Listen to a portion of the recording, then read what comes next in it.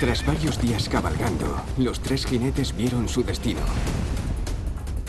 Peñíscola. Salieron de París. Máxima discreción. Solo viajaban de noche. Llevaban un mensaje.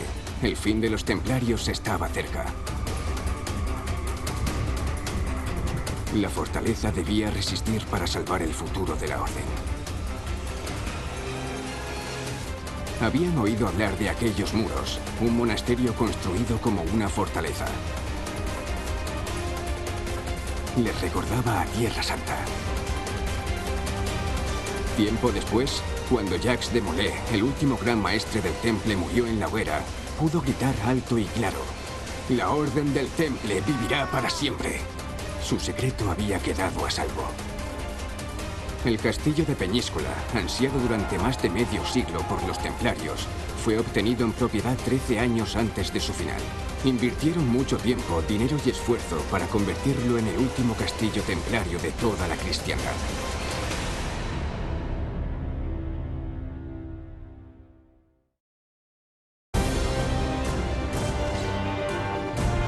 Cuando sus días de gloria acabaron, los templarios concentraron sus intereses en el maestrazgo. Pagaron un alto precio por poseer todo aquel territorio. La misma fe que los creó, los destruyó. Sabían algo que la historia nos había ocultado.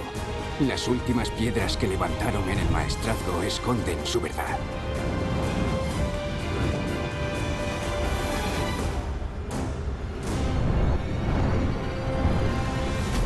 Territorio templario.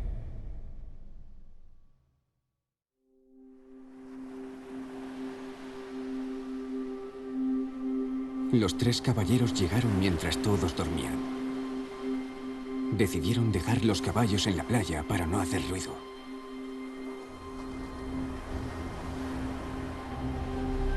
Los guardias los dejaron entrar nada más ver sus túnicas. Eran de los suyos.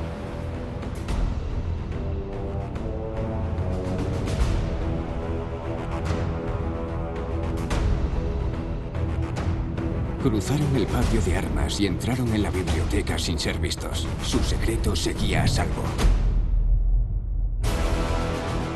El caballero, Guillén Langois, llevaba un mensaje para el comendador. El futuro de la Orden está en sus manos.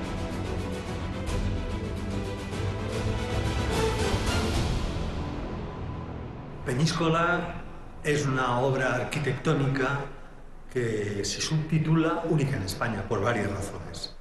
Los templarios no la eligieron al azar, buscaban un lugar estratégico dentro del Mediterráneo y que el emplazamiento, una roca de entrada en el Mediterráneo, con una fortaleza que iban a construir inexpugnable, pero que tenían ideas. El caso es que cuando llegaron aquí, en 1294, empezaron a construir esta masa monumental de piedra sillar, de robusto, austero, compacto, de un estilo que se ha llamado tradicionalmente aragonés, románico. Se dice generalmente por el macho. El macho no es una concepción exclusiva de Peñíscola, es una terminología militar que significa fortaleza elevada, fortaleza segura, con gran visión, con difícil para el enemigo, el macho. Cientos de turistas visitan a diario el castillo de Peñíscola. Acaban de acceder a un trozo de Edad Media, un balcón de piedra asomado al Mediterráneo.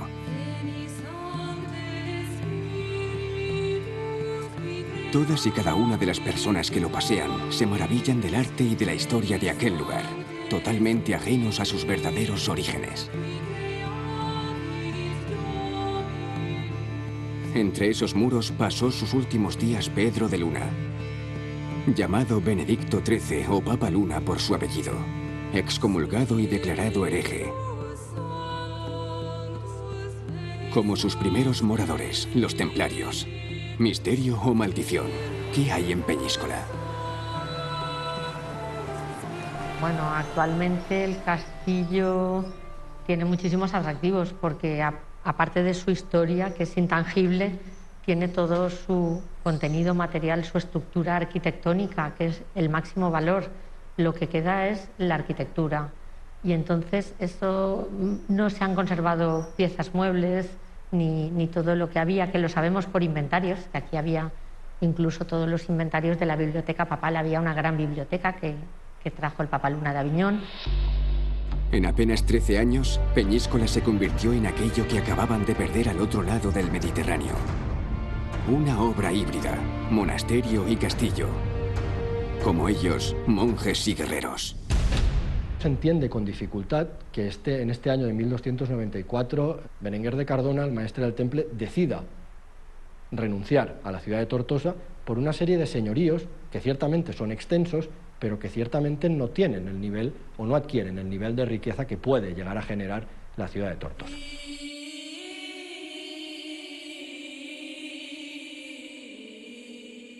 ¿Qué interés tenían en poseer aquella fortaleza? ¿Cómo fueron capaces de construirla en tan poco tiempo? Necesitaban recursos y pagaron un alto precio por Peñíscola. Si uno va al castillo de Peñíscola y mira desde la parte alta, verá el Mediterráneo. Y uno no deja de pensar, ¿no sería esa la imagen que Jacques de Molay, el maestre templario, tenía de Château Pèlerin, es decir, del castillo de los peregrinos, o de Azlit, cuando fue perdido en agosto definitivamente de 1291, un castillo en un promontorio que miraba al Mediterráneo?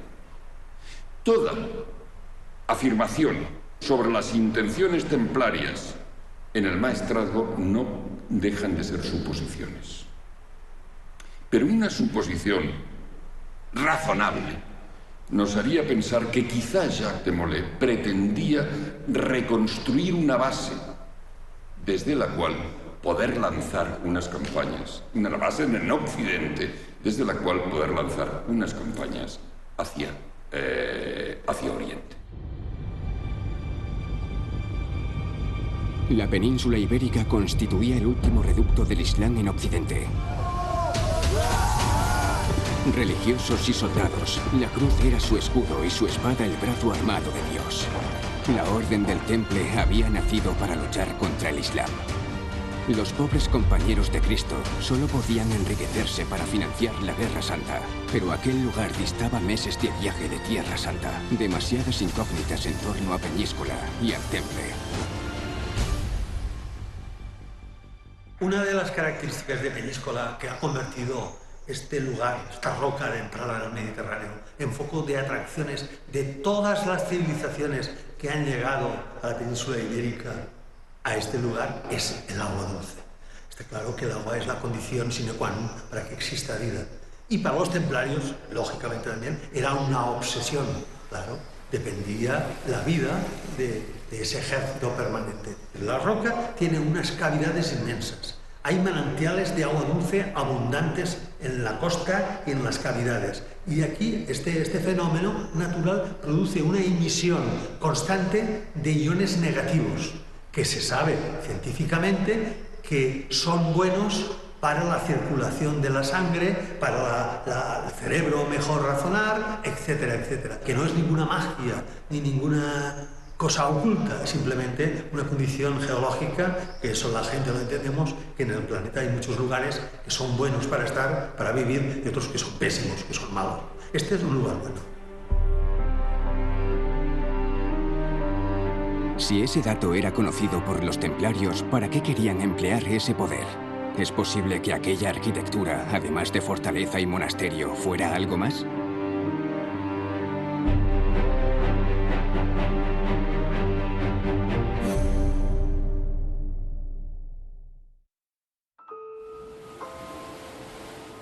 ¿Sabía Benedicto XIII los secretos de aquella acrópolis espiritual? Si decidió fijar en Peñíscola su residencia y nueva sede papal tras ser perseguido, algún motivo habría oculto. ¿Estaba el Vaticano al corriente de aquellas peculiaridades de Peñíscola? De haberlo sabido, no era de extrañar que aquellos que poseyeron la fortaleza fuesen perseguidos. Los templarios vinieron aquí cuando la orden estaba en franca decadencia, estaba al final de su existencia. Y ellos lo sabían. Benedicto XIII, el Papa Luna, un papa caracterizado por su rectitud, ser docto, por un pontificado muy largo, también sabía, cuando vino aquí, que estaba ya en franca decadencia, próximo al final. La orden llegó aquí en 1294 y Benedicto XIII llegó aquí en 1311. Pero ambos se preocuparon de exteriorizar su pensamiento.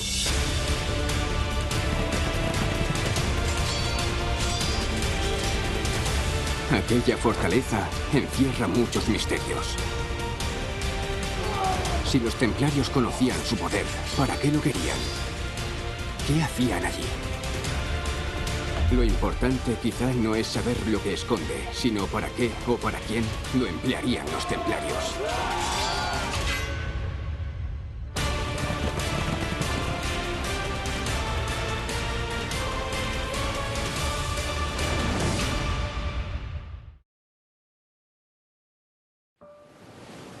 Le llevó toda la noche realizar su obra. Sentía a sus adversarios cada vez más cerca. Debía ponerse a salvo. Una vez acabada la escalera, un golpe de mar le arrebató su anillo, aquel que tanto esfuerzo le estaba costando retener. Lo que sus enemigos no consiguieron arrebatar, lo hizo la naturaleza. No podía controlar el poder de aquel lugar. Entonces se preguntó, ¿qué fuerzas habitaban Peñíscola? El Papa Luna, la reforma que hace cuando llega aquí con su corte pontificia, se ve mejor en lo que es el conjunto de la fortaleza, porque él cuando viene lo que hace es reforzar las defensas y entonces crea un nuevo acceso por mar. Hay unas atarazanas que no se conservan, pero sí que se conserva lo que fue la entrada esa por mar, la muralla que hizo en el frente sur, y sin embargo en el castillo en el castillo templario, lo que hace es adaptarse a una obra que ya existe y hace una obra de adaptación. El Papa Luna modificó el castillo templario convirtiéndolo en su palacio. Allí se refugió de quienes pedían su cabeza y en caso de huida, cuenta la leyenda que en una sola noche él mismo talló en el acantilado una escalera. El precio a pagar por tal esfuerzo fue la pérdida de su anillo.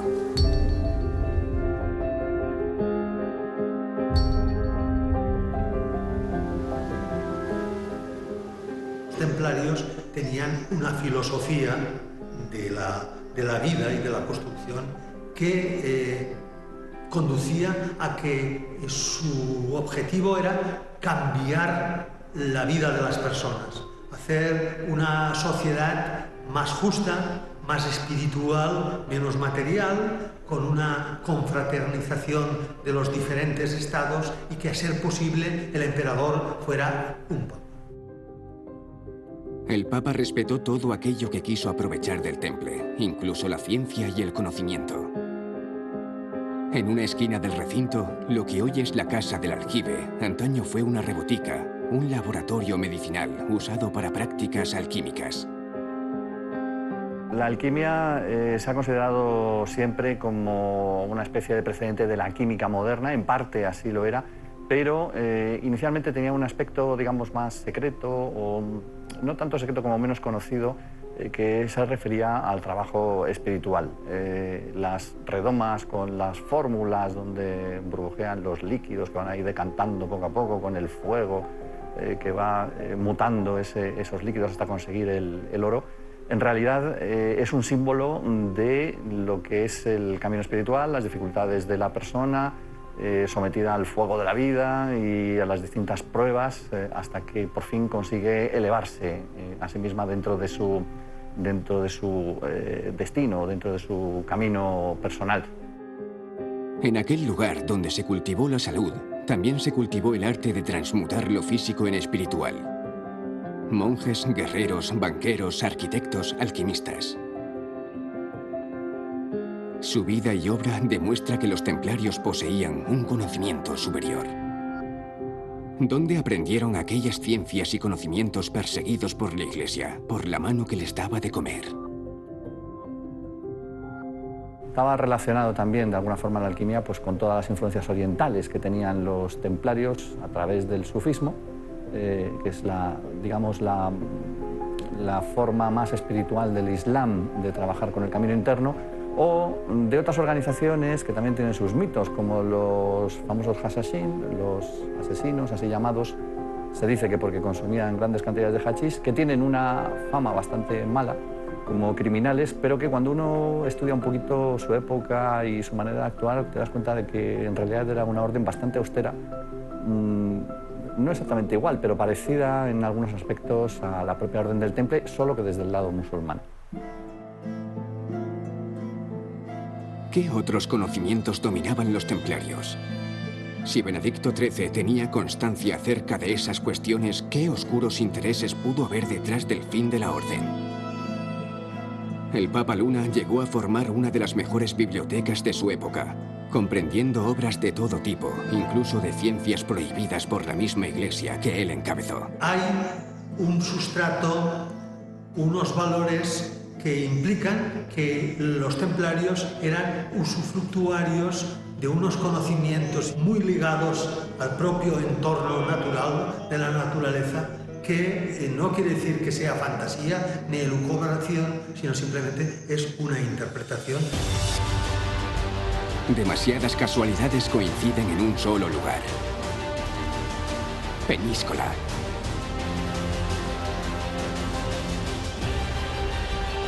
Conocimiento, alquimia, magia y poder se ocultan tras los muros del último gran castillo que construyó el Temple. ¿Se invirtió tanto dinero y esfuerzo en construir una fortaleza solo para custodiar conocimiento y aprovechar el poder de la naturaleza? ¿O hubo algo más?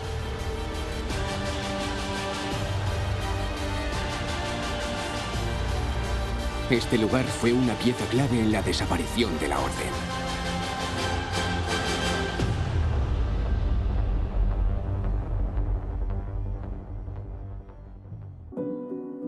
Antes de regresar, Guillén Langois y sus caballeros pasearon por aquella fortaleza. Sentía la luz, el calor y el magnetismo de aquel lugar. Observaba las marcas de las paredes. Las piedras hablaban, encerraban mensajes a través de una serie de signos tallados. ¿Tenían algo que ver con el lenguaje de la carta que llevó al comendador? Los templarios idearon un alfabeto con el que se comunicaban de manera secreta. Lo empleaban para criptografiar mensajes y documentos bancarios. Ellos inventaron un lenguaje criptográfico. Tuvieron la necesidad de hacerlo porque cuando mandaban emisarios y eran interceptados por el enemigo, les cogían el papel que llevaban y podían leer perfectamente lo que querían, que le mandara el rey. Mándame más gente porque estamos acosados o por lo que sea. Bien.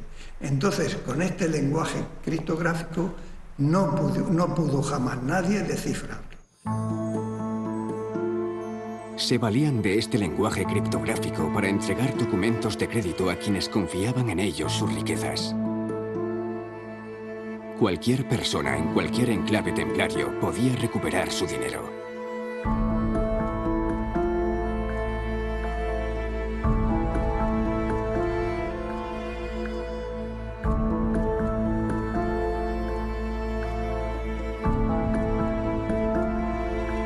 Fueron los primeros banqueros, digamos, transeuropeos, incluso transinternacionales, puesto que llegaban hasta Jerusalén. Tú, por ejemplo, podías pedir un crédito en Jerusalén para regresar a Aragón, a tu reino, y comprar tus caballos, tu equipaje, pagar tu pasaje, y ellos te lo adelantaban en un lado con pagarés y con el dinero correspondiente, y te lo cobraban a la llegada a destino. ¿Pueden las marcas de cantería ocultar un mensaje? ¿Qué dirían las paredes de Peñíscola? Cruces, ángulos, flechas, infinidad de signos graban las piedras de un castillo lleno de incógnitas y suposiciones sobre su origen y las intenciones del Temple. Una de las características de la arquitectura medieval eran las señales de cantero. Los grupos de lapicidas de canteros esculpían en algunas piedras, sillares como estas, su firma personal. Esto se presta a varias interpretaciones. Lo que se dice no es la señal que aparece en la piedra ahora, sino la señal, en la piedra sillar, sino la señal que se hizo en el momento, porque antes de ser colocadas en estas paredes, las señales ya estructuraban la construcción. Había como el plano de colocarlas, la forma de sí mismo de colocar los arcos. Esto estaba hecho con señales.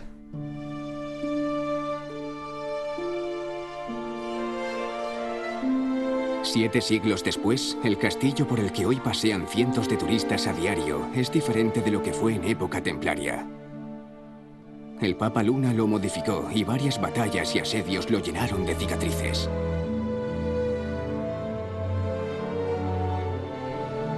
El castillo ha sufrido desde hace 700 años que lo construyeron los templarios, pues ha sufrido muchas destrucciones en las guerras. La principal fue en la Guerra de la Independencia, que perdió la quinta parte de sus cubiertos, o sea, la quinta parte de la construcción. Entonces perdió partes de torre, parte del acceso, parte de un segundo nivel que tenía, pero realmente cuando entramos al castillo es sobre todo el castillo templario, la obra templaria.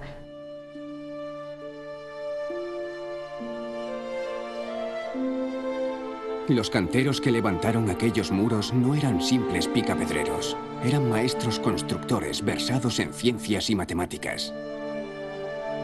¿Pueden ser estos signos representaciones mágicas con las que firmaba el maestro constructor? ¿O por el contrario, son marcas con las que buscaban el reconocimiento por medio de la arquitectura? Los gremios de canteros que trabajaban en una construcción eran estos grupos que se desplazaban de un lugar para otro para construir un edificio. Ellos tenían un signo, que era su firma, para dejarlo grabado y poder contar pues, los sillares que habría cortado en un día, en 2 días, en una semana, para cobrar. Naturalmente, eran un control económico de jornada, de pieza, tanto la pieza, pues ellos seguramente cobrarían. Hay señales que están una sola vez y que otras que están 174 veces. Eso quiere decir que había muchos equipos de canteros muy especializados y que lo hicieron todo ex novo, es nuevo, y todo de un mismo empeño. Estaban muy bien dirigidos. Hay otros pensamientos más, no sé, de otra perspectiva, que dicen que hay un secreto plasmado, que conducen un mensaje, que conducen a otro, y a su vez a otro, que este castillo sugiere más preguntas que respuestas puede dar.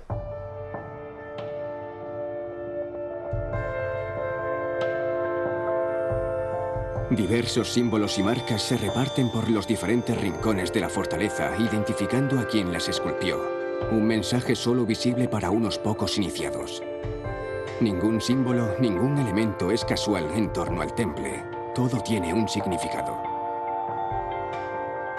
En el propio salón gótico, en la bóveda, hay unas hiladas de piedras sillares, unas blancas y otras grises, no claramente definidas, pero se pueden apreciar, que es una simbología religiosa muy anterior al cristianismo. En la capilla, que es el lugar sagrado o el lugar de poder, en las jambas de la puerta colocaron unas piedras sillares que son únicas en toda la fortaleza y en muchas fortalezas. Una mide 2,71 centímetros de longitud y la otra 181, y no es gratuito que estén allí. Era una señal como las muchas que hay ahora, que decía algo.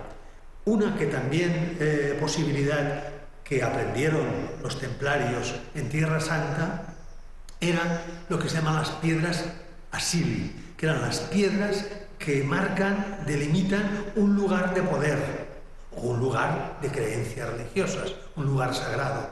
Y lo plasmaban de esta manera, con estas piedras.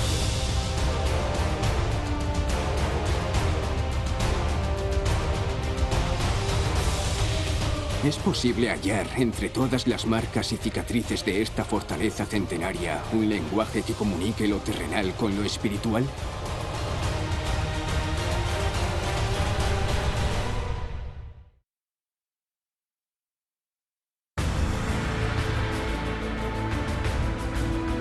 Aquella madrugada del viernes 13 de octubre de 1307, mientras el ejército de Felipe IV se preparaba en Francia para arrestar al Temple, varios barcos partieron de Marsella.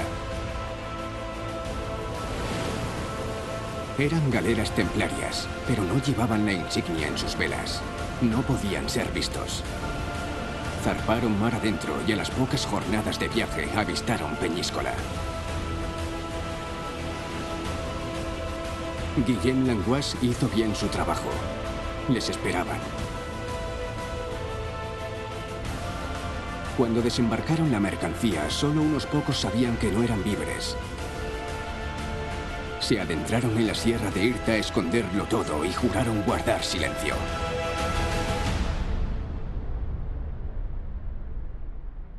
En un lugar como este hay poesía. Poesía de la historia es la leyenda. Hay una serie de relatos legendarios de la tradición local que hablan pues, también de los templarios, que han sido muy importantes y lo son ahora, todavía en la historia.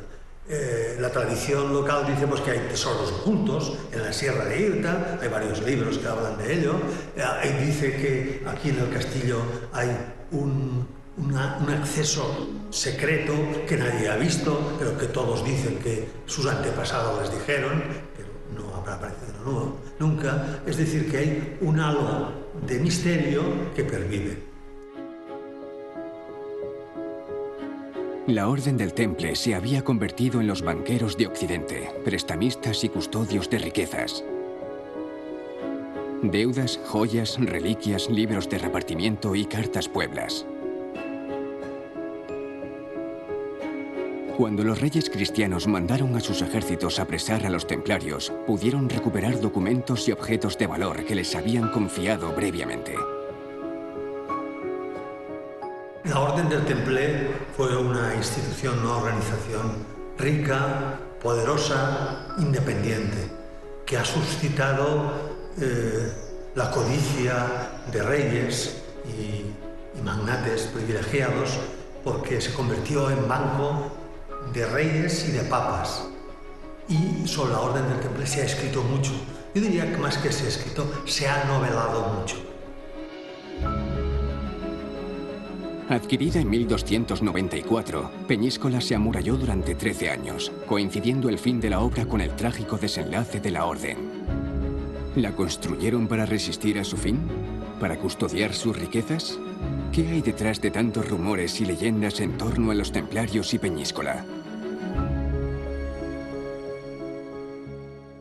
Probablemente en esta obra que hicieron rápidamente, estratégicamente, que habían estudiado todas sus posibilidades, sentarían la sede, la casa principal de la Orden. Pero ocurrió que en 1312 la Orden fue abolida por el Papa Clemente V, perseguida y desapareció. Y entonces se quedó simplemente en un mero proyecto. ¿Qué ocurrió en Peñíscola cuando el Temple se enfrentó a su fin? ¿Resistió al asedio de sus perseguidores o sucumbió a la presión de la Iglesia y de la monarquía? Las defensas de Peñíscola permitían resistir y responder ante ataques por tierra y por mar. No era fácil tomarla por la fuerza. Aquí hubo un espionaje o lo que fuera, que se avisó de que el rey le interesaba Peñíscola. Cuando se dan cuenta los templarios, se venía, no sabemos exactamente si se escapó el comendador o si... El caso es que se dejó el castillo y no hubo la posibilidad ya de que Peñíscola sirviera para defenderse, para cerrarse y hacerse fuertes frente a los ejércitos del rey.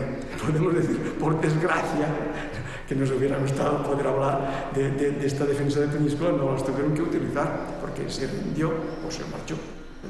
El comendador dice que cogió una barca y se marchó.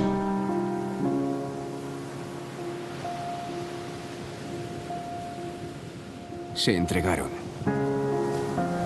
¿De qué les sirvió la fortaleza que construyeron para reconquistar sus días de gloria y materializar su poder? Resistieron en otras de sus grandes encomiendas, en Monzón, en Castellote o en Miravet.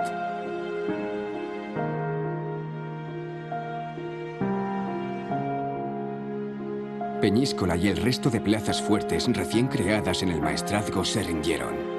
¿Qué papel desempeñó Peñíscola finalmente en la historia del temple?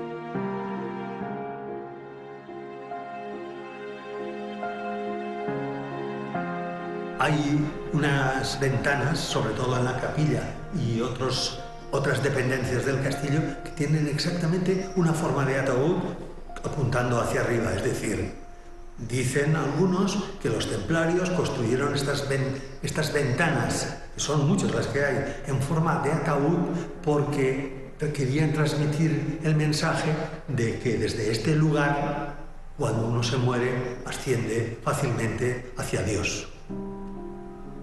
Peñíscola es un lugar para la reflexión, para la meditación y el diálogo con Dios.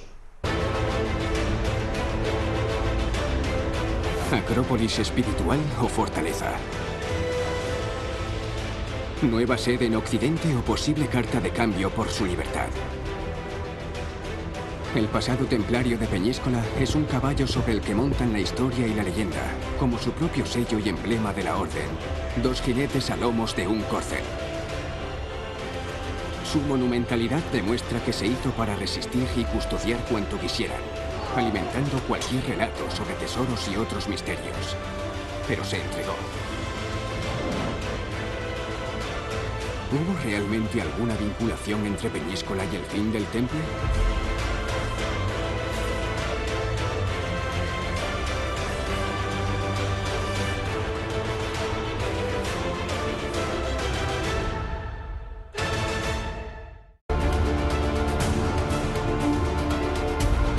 Desde Peñíscola, la Orden del Temple controlaba la costa y el interior.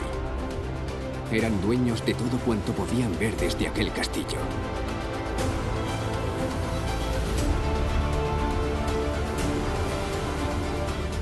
Llevaba más de medio siglo reclamando su presencia en el maestrazgo y al fin lo consiguieron.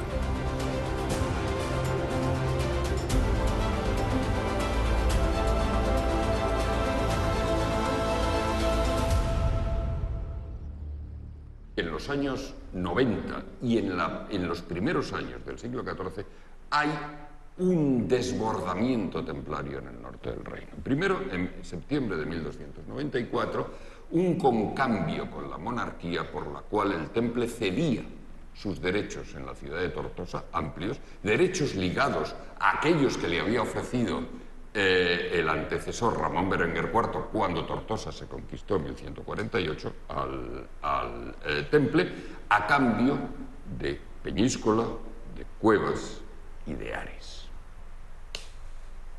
Aquí hay un doble interés que hay que analizar. El interés de la monarquía por realizar el concambio y el interés del temple por una presencia en esta zona.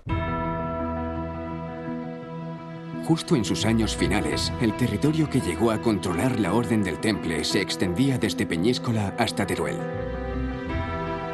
Renunciaron a la rica ciudad de Tortosa e invirtieron una cuantiosa suma en la adquisición de Culla. ¿Qué les aportaban sus nuevas posesiones?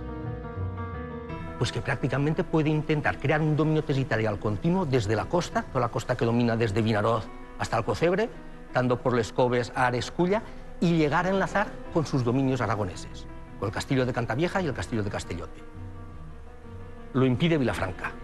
Vilafranca, que es donde el rey, que había formado parte del castillo de Culla, pero que en las disputas entre la herencia de Blasco de Alagón se ha ido por otra vía y el rey lo recupera y se lo da como aldea para Morella para impedir que el temple justamente cree este microestado que realmente podía casi representar una amenaza para el rey. Monjes, soldados y gestores económicos, al reforzar su presencia en el maestrazgo, demostraron que cada uno de sus movimientos tenía un porqué.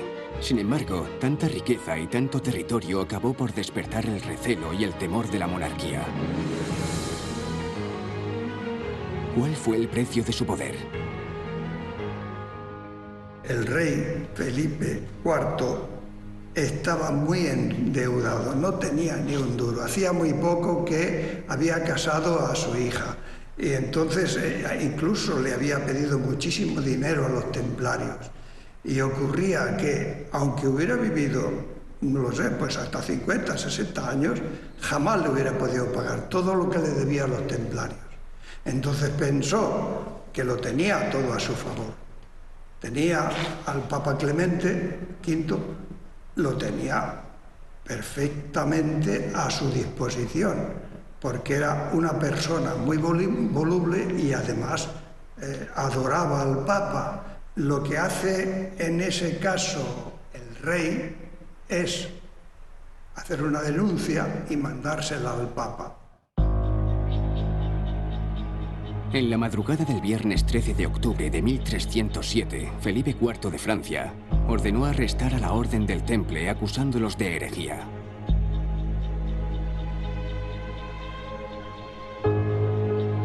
Fueron apresados en Francia de manera inmediata. Todo estaba preparado. Cuando en octubre de 1307 Felipe IV de Francia decide ocupar las encomiendas templarias en una manifestación clara del poder enorme que habían adquirido las monarquías absolutas, no es fácil a la altura de 1307 ocupar todas las encomiendas templarias en una noche. No lo está haciendo porque crea firmemente en herejías templarias. Lo está haciendo porque para sus objetivos de control y proyecto político, el dominio sobre entidades que eran semiautónomas en el conjunto de Francia era importante. Por lo tanto, el Temple no lleva consustancialmente elementos de herejías. Si fue difícil ocupar las encomiendas templarias y probar la herejía, ¿cómo salió aquel complejo proceso adelante? ¿Qué intereses hubo detrás? Es sencillamente una utilización política ideológica de una manera magistral que está demostrando la fortaleza del Estado a la altura de comienzos del siglo XIV. Incidentalmente, Jaime II, que tomó las encomiendas templarias del Reino de Valencia en diciembre de 1307, nunca se creyó eso. Pero era operativo políticamente actuar para controlar esos dominios y que no los controlara, por ejemplo, la Orden del Hospital. Se articulan una serie de acusaciones que difícilmente son probables, incluso a través de la documentación que se conserva, difícilmente son probables, pero que al fin y al cabo son las acusaciones que salen adelante para tomar una justificación más bien de ámbito político, de ámbito territorial y de ámbito económico, que no tanto de ámbito religioso. A partir de ahí, hablar de mártires de una causa injusta, pues como digo, se han hecho muchas interpretaciones, pero si nos ceñimos a la realidad, tenemos que situarlo en el contexto político, económico y también espiritual del momento. Sus captores, sin tortura de por medio, nunca pudieron probar los pecados y las faltas que les acusaban. Finalmente, entre incógnitas y manipulaciones, la Orden del Temple pasó a la historia envuelta en un halo de misterio. Conforme ha ido pasando el tiempo, ha habido historiadores de todas las épocas que han ido dándole misterio, por aquello de que si de todas las declaraciones que tuvieron que hacer ilícitamente, naturalmente, porque era bajo tortura, unas torturas horribles.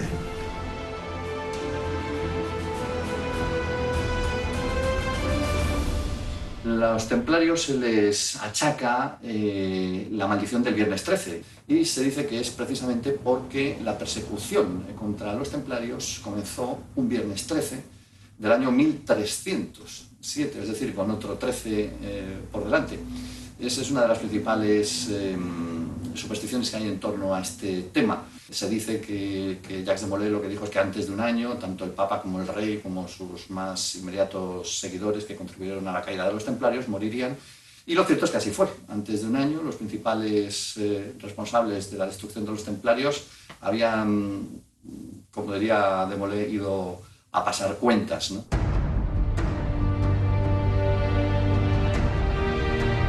En su última década de existencia, los templarios pasaron de perder sus posesiones en Tierra Santa a hacerse fuertes en el maestrazgo.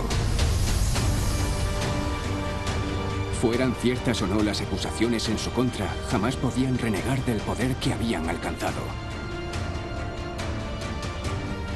Con Peñíscola como cabeza de puente, el territorio templario creado en el maestrazgo fue el principio de su fin en la corona de Aragón. Pagaron un alto precio. ¿Lo sabían? ¿Eran conscientes de que su fin llegaría fruto de la envidia y del temor ante su gran grandeza? El mundo, en el tema de la historia, está regido por intereses y no por verdades. Y por eso las cosas parecen contradictorias. Eso pasó con el Papa Luna y creo que en gran parte también con la Orden del Temple. Pocos acontecimientos en la historia han despertado tanto interés y han dado tanto de lo que hablar como es el origen, el desarrollo y el fin del Temple. Allí donde ha estado la Orden se encuentra el misterio, la leyenda y todo tipo de interpretaciones. Todo ese misterio, todas esas incógnitas, se acumulan en ciertos sitios que hablan por sí solos. Que encierran leyendas y lecturas alternativas a la monumentalidad con la que hoy se les ve, como Peñíscola. Tantas son las preguntas en torno al fin del Temple y por qué Peñíscola tuvo tanto protagonismo en los últimos años de la Orden, que alimentan la leyenda de un tesoro escondido en sus entrañas. Buscaron ese lugar estratégico que por su estilo, por su robustez, su austeridad, su compacto y demás, ex novo, se hizo a propósito, todo de un solo empeño, todo de una sola vez, y en el escaso periodo de tiempo que va desde 1294, cuando lo adquieren, hasta 1307, que empiezan ya las persecuciones a la Orden. En ese espacio de 12 años construyeron esta mole defensiva que sería una visión, una trayectoria universal, de una parte, estancia, castillo, monasterio de la Orden del Temple, poderosísima Orden del Temple. Y por otra parte, el sede pontificia de un papa polémico, pero universal, Benedicto XIII, el Papa Luna.